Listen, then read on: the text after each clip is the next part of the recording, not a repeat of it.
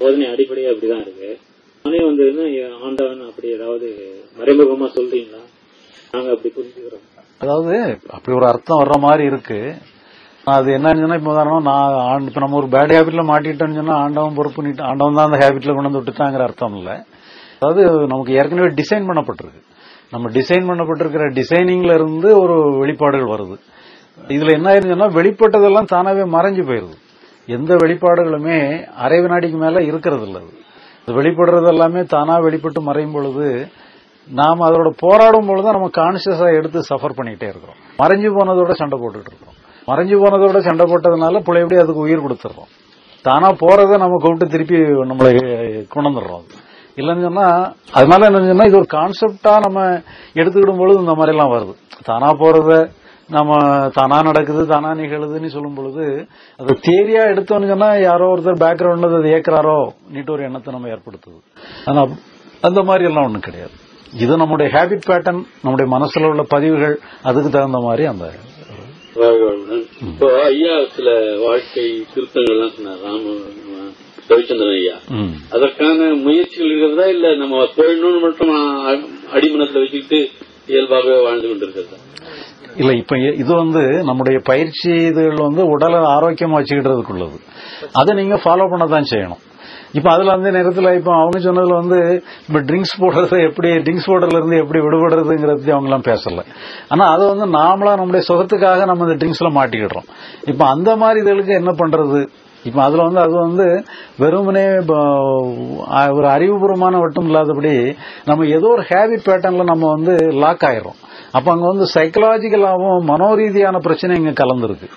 இப்ப நம்ம யாருமே இப்ப நம்ம உணவு சிட்டங்கள்னு சொல்லி சொன்னா நம்ம ஏதோ அந்த நேரத்தில் உள்ள வசதிக்கு தகுந்த மாதிரி அது சம்பந்தம் ரொம்ப ஒன்றும் விழிப்புணர்வு நம்ம இல்லாதபடி ஏதோ அந்த நேரத்துக்கு தகுந்த மாதிரி நம்ம ஈஸி கோயிங்கா போயிட்டு இருக்கிறோம்.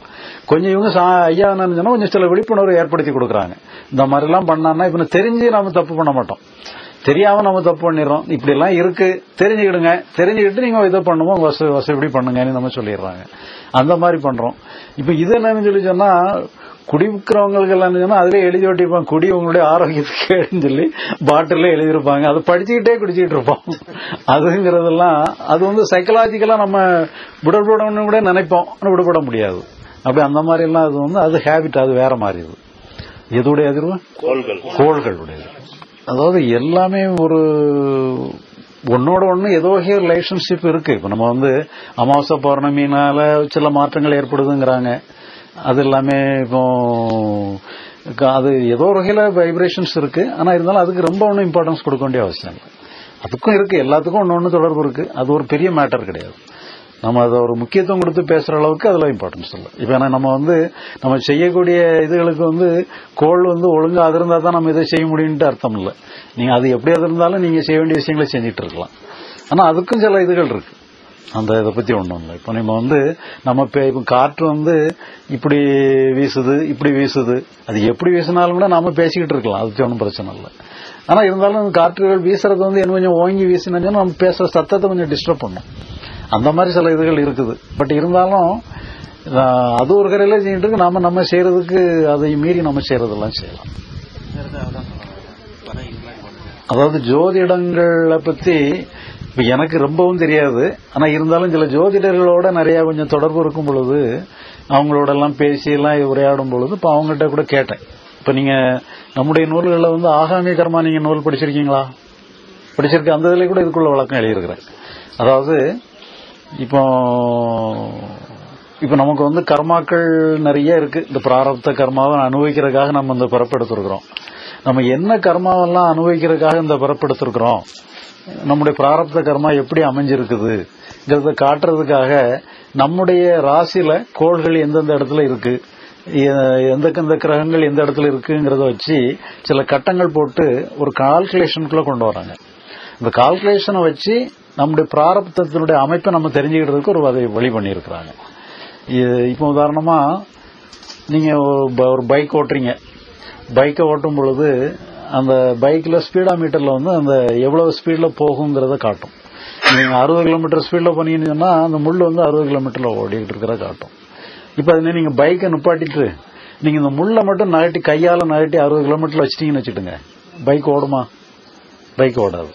அப்ப இதெல்லாம் என்னன்னு சொல்லி சொன்னா நம்முடைய பிராரப்தத்தை காட்டுறதுக்காக அந்த கோளினுடைய அமைப்பை வச்சு நம்ம அந்த இடத்த ஒரு லொக்கேட் பண்றதுக்கு அதை இது பண்ணிக்கிறோம். இது டிசைடிங் ஃபேக்டர் கிடையாது. நம்ம ஒரு கால்குலேட் பண்றதுக்கு வசதிக்காக அந்த கோள்களை கொடுத்துருக்கு. இது அதே மாதிரி இப்போ இந்த கோள்களை வச்சு நம்முடைய பிராரப்தம் என்னங்கிறத புரிஞ்சுக்கலாம். அதனால அந்த கிரகங்களை சாந்தி பண்ணி நம்ம அந்த இதுலலாம் விடுபட்டுலாம் போயிடலாம், இதெல்லாம் ஒன்றும் சாத்தியம் கிடையாது. அது நீங்க அந்த ஸ்பீடாமீட்டர்ல உள்ள இந்த முள்ள நீங்க நாட்டுற மாதிரி தான் கிரகங்களுக்கு சாந்தி பண்றதுங்கிறது. அதனால அது நம்ம ஏதோ நம்ம நல்ல கர்மாக்கள் இதுகளை பண்றது மூலமா அடுத்த கட்டத்துக்கு நம்ம போறோம். மற்றபடி இது அந்த கிரகங்களை சரி பண்றதுனால ஒன்றும் கிடையாது. இப்ப இது அந்த நம்ம ஜோதிடர்கள்ட்ட நம்ம கேட்கும்போது அவங்களே இந்த கான்செப்டை ஏற்றுக்கிட்டாங்க.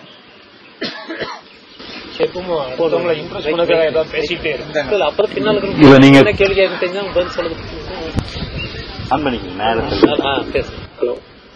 மனம் எப்பவுமே அறிவியல், ஆன்மீகம் இல்ல எந்த தலைப்பா இருந்தாலும் பரவாயில்ல, அடுத்தவங்களை இம்ப்ரெஸ் பண்ணதுக்காக ஏதாவது பேசிக்கிட்டே இருக்கு. அது என்ன எதிர்பார்த்து மனம் பேசிக்கிட்டு இருக்கு. நிறுத்துறது எப்படிங்கிறது இப்போ எதை எதிர்பார்த்து மனசு எப்பவும் ஏதோ ஒண்ணு கேட்டுக்கிட்டே இருக்கு. அது அடுத்தவங்களுக்கு தேவையோ தேவையில்லையோ, அது ஜோக்கர்ஸ் கூட 2 பேரை சிரிக்க வச்சது மூலமா அது மனம் என்ன நிறைய எதிர்பார்த்துக்கிட்டு இருக்கு. அதாவது நீங்க ஒரு செயலை தூண்டுறதுக்காக மனசு சொல்றீங்களா, அல்லது மனசே உங்களுக்குள்ள பேசிக்கிட்டு இருக்குதா? எனக்குள்ள பேசுறது வெளியே. இப்போ நீங்க இல்லாட்டா கூட நாங்க எல்லாம் உட்காந்துருக்காங்க, யாரோ ஒருத்தர் கேள்வி கேட்பாங்க, இன்னொருத்தர் ஏதோ பேசிக்கிட்டே இருக்கு. அது எதிராக மனசுக்குள்ள அவருக்கு புரியுதா புரியலையாங்கிறது முக்கியமா இருக்காது, நாம பேசிக்கிட்டு இருக்கணும் அது முக்கியமா இருக்கு. அது என்ன மாதிரி ஒரு நிறைய மனம் எதிர்பார்த்துக்கிட்டு இருக்கு. இப்ப நம்முடைய மனசு பேசிட்டு இருக்குதுங்கிறது ஏதோ ஒரு வகையில உங்களுடைய இயல்பு, ஒவ்வொருத்தருக்கும் ஒரு இயல்பு அமைப்பு இருக்கும். அந்த இயல்புக்கு எல்லாரும் அப்படி பேசிட்டு இருப்பாங்களான்னு சொல்ல முடியாது. உங்களுடைய இயல்புல நீங்க பேசிட்டு இருக்கிற இது வந்திருக்கலாம். இப்ப இதுல மேட்டர் என்னன்னு சொல்லி சொன்னா, பெரிய ஆளா காட்டணுங்க அந்த ஆரம்ப இடம் எந்த இடம் இல்ல, பெரிய ஆளா காட்டணுங்கிறதுல இப்ப நீங்க உதாரணமா சைலண்டா இருக்கிறது கூட, சைலண்டா இருக்க கூட உங்களை பெரிய ஆளா காட்டுற மாதிரி கூட நினைச்சுக்கிடலாம். நீங்க எல்லாரும் பேசிட்டு இருக்கும்போது நீங்க சைலண்டா உட்காந்துருக்கீங்கன்னு சொன்னா அதுவுமே கூட உங்களை நீங்க பெரிய ஆளா காட்டுறக்குள்ள முயற்சியா கூட இருக்கலாம். அது மேட்டர் கிடையாது.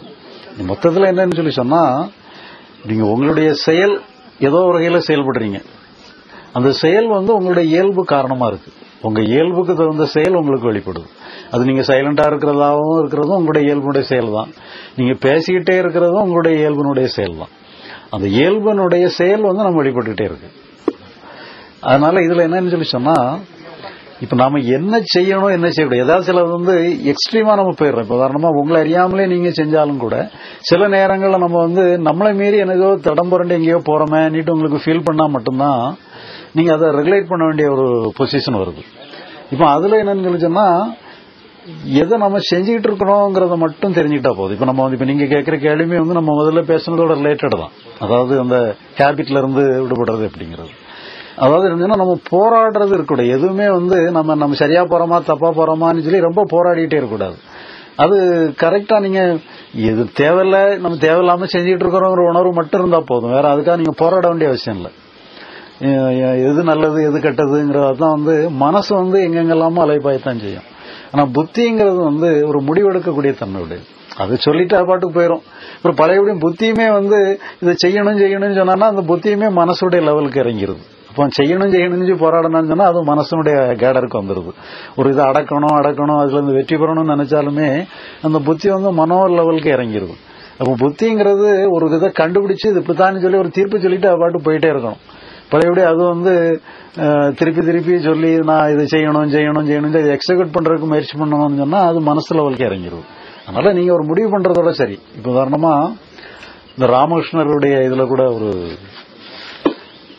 அவருக்கு ராமகிருஷ்ண பரமஹம்சருக்கு அவர் எதையுமே எல்லாருடைய பிரச்சனைகளுக்கும் இந்த காசு மேல ஆசை இருந்ததுன்னா அது நமக்கு ரொம்ப பாதிப்பை ஏற்படுத்தும், அதுதான் நமக்கு எல்லா பிரச்சனைக்கும் காரணம்னுட்டு சொல்லி காம காஞ்சனத்தை துறக்கணும்னுட்டு சொல்லி எப்பவுமே சொல்லிக்கிட்டே இருப்பார். அப்போ அந்த பண ஆசையில இருந்து விடுபடணும்னு சொல்லி அவர் அதையே திருப்பி அதே அவருக்கு அதே ஒரு கருத்தா எடுத்ததுனால அவருக்குள்ளே அப்படி செட்டில் ஆயிட்டுது. அது செட்டில் ஆயிட்டுன்னு சொன்னா அவருடைய பாடியிலே அது ஒரு ஏதோ ஒரு வகையான ஃபார்மேஷனுக்கு போயிட்டு அப்போ அவர் யாரோ ஒருத்தர் அவர்கிட்ட கொண்டு பணத்தை கொடுக்குறாரு. ஒரு பணத்தை கொடுத்தாருன்னு சொன்னா அவருக்கு ஷாக் அடிச்சிருது. ஷாக் அடிச்சு தூக்கி துறப்பட்டுறாரு.